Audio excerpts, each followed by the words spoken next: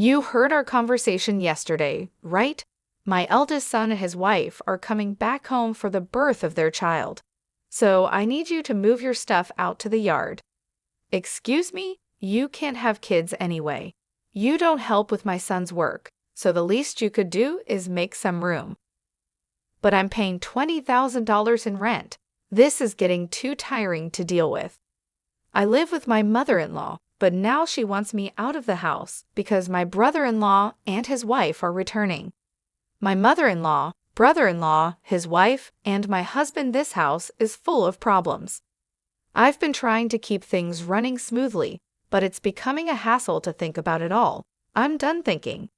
Okay, I'll leave, but I can't just put my belongings in the yard. I'll come back later to pick them up. You're leaving?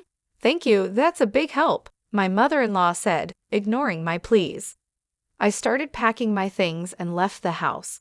7 seconds after stepping out the door, I took out my phone and called a junk removal service. Once I stopped thinking, no one could stop my actions. I'm Rachel, a 43-year-old consultant. My husband, Eric, is also 43 and runs 4 restaurants.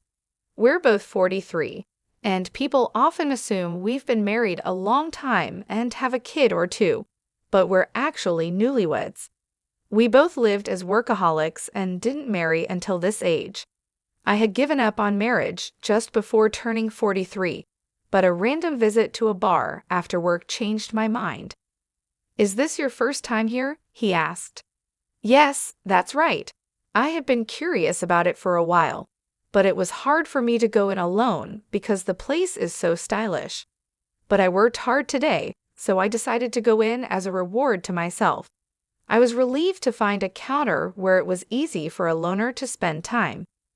We have many women who come alone, so feel free to visit anytime. My husband Eric chatted with me with a smile. I sat at the end of the bar. I knew he was just trying to attract a new customer, but for someone like me who had no friends to eat with at this age, even this kind of service felt nice. Feeling comfortable in Eric's restaurant, I started visiting often. I always sat at the end of the bar, and it became normal for Eric to chat with me while I ate. What does an IT consultant do? He asked. I introduce it to companies and do strategic planning. I've worked with restaurants too. Once I suggested a tablet-based ordering system to reduce labor costs and improve efficiency. Oh, the system that's become common? How much does that cost? For a place like this, it would cost about this much, I said, punching numbers into my phone calculator and showing him the screen. No way, that's too much for a small business like mine. Eric shook his head and hands vigorously. Eric was curious and always eager to learn from our conversations. He looked for ways to apply new knowledge to his work. Even though it seemed like just a pleasant conversation, I was slowly drawn to his dedication. Likewise, Eric grew fond of me, seeing that I was hardworking. I'm always busy with work and can't talk much. How about we go out for dinner sometime? Excited about the chance to dine with a restaurateur, I eagerly agreed. I was thrilled to be asked out, but saying something so girlish at nearly 43 would be embarrassing, so let's just leave it at that. My husband didn't just ask me out that one day. He continued to invite me out for meals occasionally. It's natural for adult men and women who frequently dine together to develop a romantic relationship. We started dating, and 3 years later, as we both turned 43, we decided to get married. Feeling shy about being a bride at 43, I asked my husband to skip the wedding ceremony. We just took some photos of us dressed up. After we got married, I moved from my apartment to my husband's house. His house is a 4-story building with a garden and parking, located in a high-end area. The rent is apparently around $2,000. My husband was living there with his mother. Some might think it's unthinkable to live with a mother-in-law right after getting married, but I'm 43, so I didn't mind much. Plus, my mother-in-law is 71, and my father-in-law has passed away, so living together seemed necessary. When my husband suggested living with his mother, I immediately said it was okay. But after starting to live with my mother-in-law, I regretted accepting so quickly. When I moved into my husband's house, besides the bedroom for us, I even got a nice office room for myself. His house seemed too big for just 2 people, with many spare rooms. Once I settled in, I asked my husband, "Why do we need such a big house just for you and your mother?" He replied, "I have a brother 4 years older than me. He left home after college, and we've mostly lost touch. He hasn't been home at all, and it's been a few years since I've heard from him.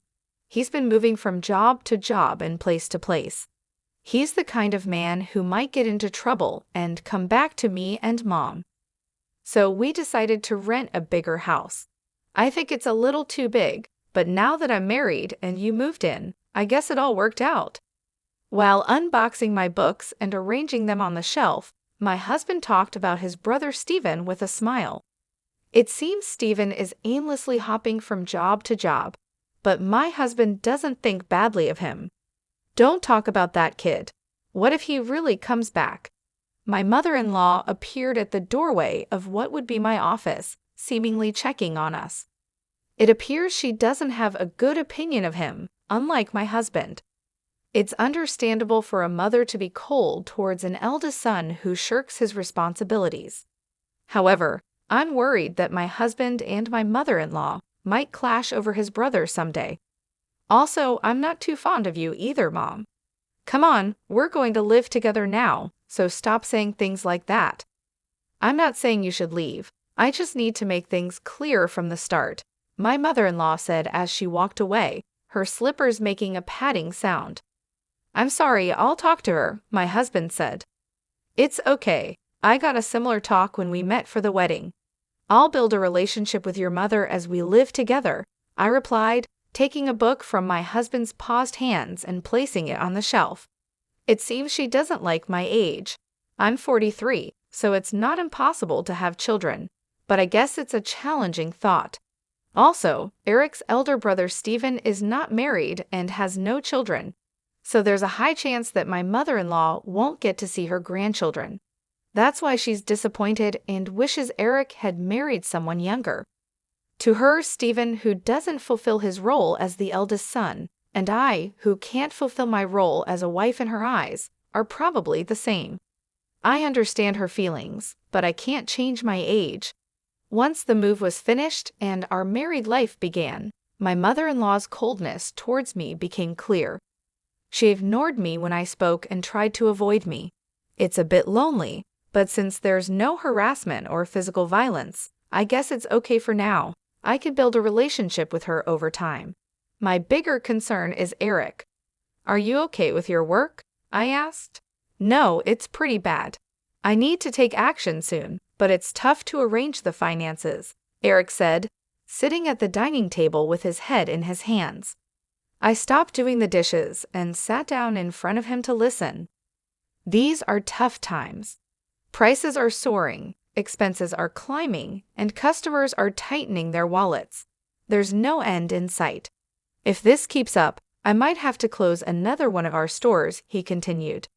About a year into our marriage, the situation at Eric's restaurants worsened. One of the 4 stores had already closed, and it seemed another might have to shut down too. Seeing Eric's troubled face made me feel distressed, but my mother-in-law seemed unaffected by these troubles. "You're Eric's wife, but you don't help out at the store. You just do your own job. Can you really say you're fulfilling your role as a wife?" My mother-in-law overheard our conversation and hurled insults at me from her seat on the sofa. I wondered what she was thinking, but she has her own perspective. Eric has been running his own restaurant for nearly 12 years, overcoming various challenges. I believe he'll pull through this time too. You, his wife, shouldn't be making that face. Are you trying to feed into his anxiety and make him fail? "What a terrible wife," she shouted again from the living room to the dining room. Her words were filled with spite and venom. I knew she wasn't just trying to fire me up, but she wasn't entirely wrong. I took her words positively and decided to support Eric to the fullest, smiling reassuringly at my anxious husband. A year later, just as she said, Eric managed to turn the situation around and avoided closing the second store. See, I told you. A stupid wife who can't even trust her husband. Don't drag Eric down, she said. As a side effect, my mother-in-law, who had previously ignored me, started lashing out at me without reservation. The relationship with her might seem to have worsened, but since Eric's business is doing well, I'll consider it a break-even situation. I thought things were balancing out, but it turned out worse for me. Eric, having stabilized the business and with a bit more money, seemed to get carried away, and I heard rumors about his affair. What is he thinking? If there's extra money, there are surely better ways to spend it. Also, it's strange how bad situations tend to pile up. Having seen Eric's business revenue drop, I know this all too well, but I never thought it would happen to me. Eric, Stephen called. His girlfriend is pregnant. That's great news. She's a 33-year-old who worked at the same bar as Eric. They asked something. What? You're being so formal all of a sudden. Stephen is a freelancer, and so is his pregnant girlfriend. With a baby on the way, they're struggling. They asked if they could move into this house and if they could work at your restaurant. I was thinking about how to confront Eric about the affair when my mother-in-law came into the living room and started talking to him. The conversation was about Stephen, whom I've never met, and I was completely left out as they continued talking. It was a strange scene. She used to dislike Stephen for not fulfilling his role as the eldest son, yet now she was asking Eric to welcome him. The reason was simple: the grandchild. She had given up hope of seeing a grandchild, but now saw an opportunity and completely changed her stance. She was even planning to offer them a home and jobs. Eric, who never thought badly of Stephen, had rented this big house for such a time, but the situation has changed, and now I'm here. Isn't it odd to have Stephen and his family move in? I looked at Eric in the living room from the dining area. He was looking back at me with a clearly troubled expression. Come on, it's a good thing. Stephen is in trouble, and you, Eric, have the means to help him. Ah, okay, I got it. Eric sighed, unable to say no to his mother. I had hoped he would stand up to her, but it seems it was just wishful thinking. He kept glancing at me, probably worried about my reaction. The worsening relationship with my mother-in-law, Eric's affair, now living with Stephen and his family, the problems just keep piling up. Overwhelmed and not knowing where to start, I decided to abandon thinking for today and just go to sleep. The next day was a holiday, and probably due to extreme mental fatigue. I slept in until late morning. Eric was at work, so it was just my mother-in-law and me at home. Dreading what she might say about my sleeping in, I reluctantly headed to the living room. You sure slept in. Must be nice to have such leisure, she said. Bracing myself for her usual nagging about not fulfilling my duties as a wife, I tensed up, ready for her words. However, what she said was much worse than I expected. You heard Eric and me talking yesterday, right? Stephen and his wife are coming back for a maternity leave visit, so move your stuff out to the yard. Excuse me, was I still groggy from sleep? Did she really mean I should live in the yard, or was she telling me to leave the house?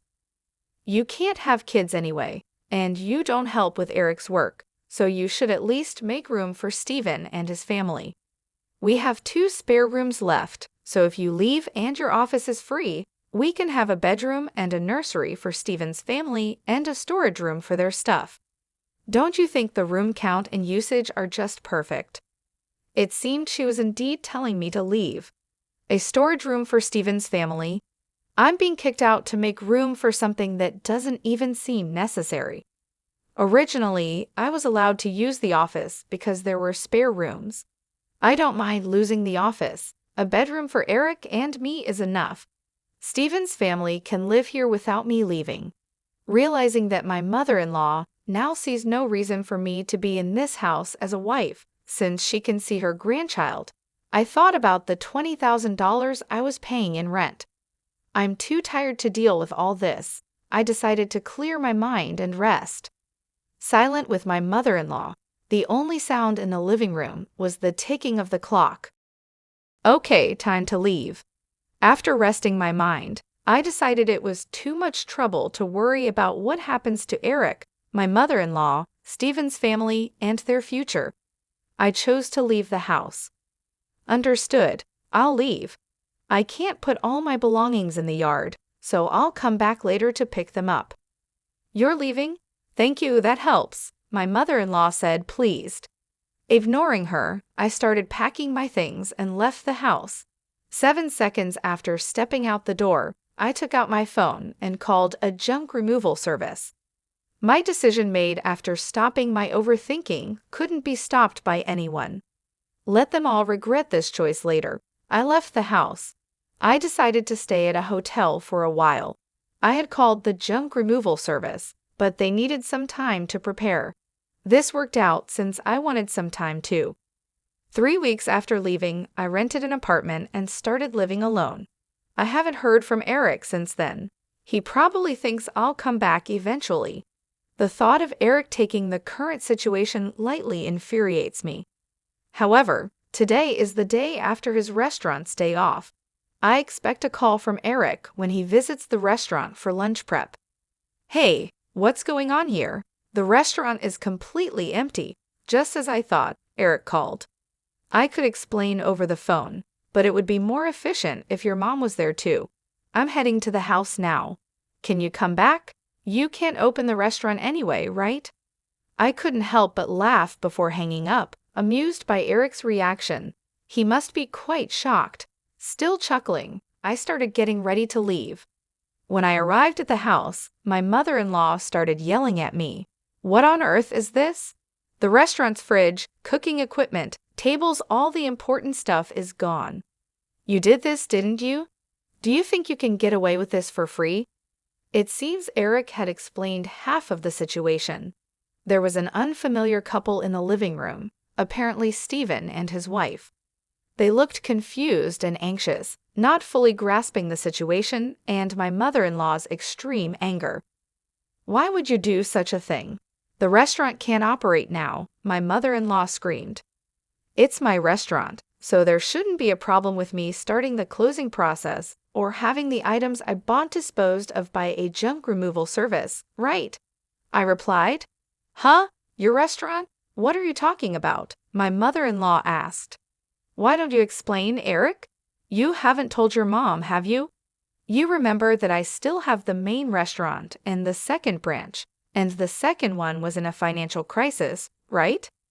Yes, of course. You worked hard to turn it around, changing the tables, chairs, signboard, the restaurant's atmosphere, bringing in new cooking equipment, expanding the menu, and replacing the fridge and freezer to accommodate the new menu, right? Well, about that, Rachel actually paid for those expenses. What? What do you mean? Hearing Eric's words, my mother-in-law looked perplexed. She seemed to be trying hard to understand, but probably lacked the full information to grasp everything. Eric continued looking uncomfortable, like he was holding back from saying more, but it was clear this was going nowhere. I decided to explain everything. Before turning 43, I was single and working in it consulting. We didn't have a wedding ceremony, nor did we buy a new house after getting married, so I had saved up quite a bit of money. I lent Eric $400,000 to help turn around his struggling second restaurant branch. $400,000, but you can't just hand over such a large amount of money to your spouse, right? That's why I decided to buy the rights to the second branch and become its owner. I left most of the management to Eric, so there wasn't much for me to do as the owner. The only change was that Eric shifted his focus from the main branch to the second one for its recovery. When Eric's restaurant was in crisis, I showed my concern alongside him. It was when my mother-in-law yelled at me for not showing enough trust in my husband that I decided to support Eric to the fullest. My form of support was giving him the money I had saved during my single years. Eric, is this true? She asked. Yeah, it's true. She said it was okay if I failed and wasted the $400,000. She gave me the money, but since it was such a large amount, if it was going to fail anyway, she suggested becoming the owner. The plan was to pay back the borrowed $400,000 from the restaurant's earnings, but it was simpler for Rachel to become the owner and have the restaurant's income go directly to her. It also meant that she could decide whether to close the restaurant or not. It's a lie. Can something like that really happen? My mother-in-law exclaimed. I understand it's hard to believe hearing this all of a sudden. That's why I brought some evidence. I spread documents like the business license, transfer of rights agreement, and lease agreement on the table, proving that I was the owner of the restaurant. My mother-in-law's face turned red as she confirmed my name on those documents.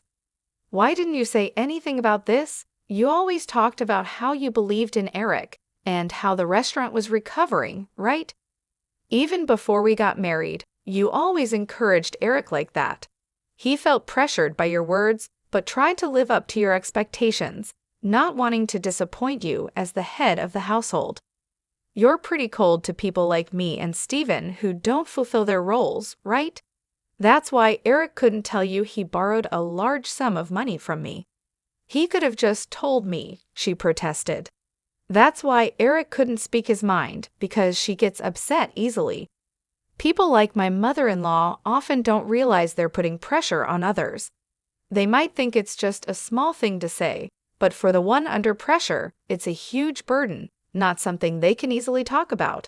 And even if they did speak up, she would likely be disappointed and start complaining. It was essential not to let Eric's spirit break under her constant jabs, especially when the restaurant was finally turning around. That's why I kept quiet too. But I really wished she had refused when Steven and his family were coming back. Probably Eric thought it was work-related and agreed without thinking much. Mom, Rachel, I'm sorry. This situation is my fault for not being decisive enough. If I had managed the restaurant well from the start, Rachel wouldn't have had to lend her money. And if I wasn't so weak, I could have told you the truth. If Rachel decides to close the restaurant, then that's it. But what about the part-time workers? My mother-in-law asked. Don't worry. In the past 3 weeks, I've already informed everyone about closing the restaurant, and they all understood. For those interested, I've arranged part-time work at other restaurants through my IT consulting contacts. That's a relief. That was my only concern. So everyone was in on this? Rachel showing me an empty restaurant as a surprise, and everyone keeping the closure from me? Eric, I'm sorry too. I've been pressuring you. And Rachel, I'm sorry for everything up to now. I won't tell you to leave again. My mother-in-law apologized, and it seemed as if everything was resolving nicely. But that's a misunderstanding. I'm far from being satisfied, and the discussion is far from over. Let's settle this matter next. What's this? And divorce papers. When I placed the divorce papers on the table, Eric picked them up in shock. What does this mean? Why a divorce? This is supposed to be a reconciliation, right? Don't just assume we've reconciled. You might think it's a secret, but I know about your affair with the part-timer. All the part-time workers knew about it too. That's just a rumor. You can't say things like that without proof. I displayed an image on my smartphone that a part-time worker had sent me and placed it on the table amidst the scattered documents. This is a photo of you entering a hotel. It was taken by one of the part-timers. If you leave the restaurant together and walk towards the nearby hotel district, anyone can take such evidence, not just the police or detectives. Did getting the second branch back on track give you too much confidence? You really got carried away as the owner of the restaurant. I couldn't do much in the day-to-day operations, but I still visited the restaurant from time to time. That's when the part-time workers told me about Eric's affair and asked for my help. When I promised to handle it, they provided incredible support. They sent me proof and even kept the closure of the restaurant a secret from him. Wait a minute, closing the second branch in a divorce? What's going to happen to the rent for this place? Eric asked. The rent for this place? What do you mean? My mother-in-law asked. I haven't mentioned that yet. I've been paying the entire rent of $20,000 a month for this house, I said. Is that also true? She asked Eric. It's true. When the restaurant's revenue started falling, Rachel started paying half of it. But as revenue continued to drop, the amount she had to cover increased. Eventually, she ended up paying it all. $20,000 a month is the same as my salary, so I paid all the rent, and Eric covered other living expenses like food and utilities. So if Eric gets divorced and only has the main restaurant left, obviously living here won't be an option anymore. Eric and my mother-in-law seemed deflated after hearing my words. They slumped as if they had exhausted themselves in a boxing match. Stephen and his wife, now somewhat understanding the situation, hesitantly joined the conversation. What does that mean? We came back here and can't live here? Stephen asked. Wait, Stephen, this is different from what we heard. We thought everything would be fine once we got back home, his wife said. Sorry, Stephen. Right now, I don't have the means to help you with a restaurant or a house. Come on, do something. We're having a baby. At least give me a job. We have enough part-timers. In fact, we need to cut down on staff costs. Eric will work hard, so just wait a bit longer. That's what I'm talking about. Stop saying things like that. Hey, what about my house and job now? Stephen shouted. Eric, my mother-in-law, and Stephen started arguing about their future lives. Stephen's wife, whose name I still didn't know, looked uncomfortably out of place. I had delivered the news about the restaurant's closure and the divorce, so my business here was done. I was tired of constantly trying to smooth things over with Eric and his family, and I refused to live with Stephen and his wife. I didn't care what happened to this house next. They could discuss it amongst themselves. I left the house amidst their shouting. After that, having evidence of the affair, I was able to divorce Eric smoothly. I could have demanded alimony for the affair, but I had a job and didn't need the money. I wanted as little to do with my ex-husband and his family as possible, so I didn't ask for any compensation after our divorce. My ex-husband, Eric, couldn't afford the rent and had to leave the house with his whole family. Financially and emotionally strained, Eric, who had been taking care of his mother, argued that it was actually Stephen's responsibility as the eldest son. But Stephen, who came back without any money, couldn't take care of her. This led to an ugly fight between the brothers about who should take care of their mother. In the end, with no income, Eric had to take her in, but this fight ruined the relationship between the brothers. As a result, Stephen and his wife disappeared again, cutting off all contact. Witnessing the brothers' dispute over her, the mother-child relationship also deteriorated. Now, Eric and his mother are living together reluctantly in a smaller apartment. It's not as spacious as the previous house, and they have to see each other all the time, but they hardly talk, creating an awkward atmosphere in the house. My actions, prompted by thinking ahead, resulted in the breakdown of a family relationship. After the divorce, I first dealt with closing down the restaurant. It was a bit of a hassle, but as the owner, it was my responsibility. However, the fridge, cooking equipment, tables, and chairs I had removed were fairly new, so I managed to sell them at a good price. Adding just a little more money allowed me to finish the restaurant's closure. Though it was a brief period, being a restaurant owner and handling its closure was an experience. I believe these experiences will be useful in my consulting work someday. I guess work suits me better than marriage. Convinced of this, I continue to work hard today.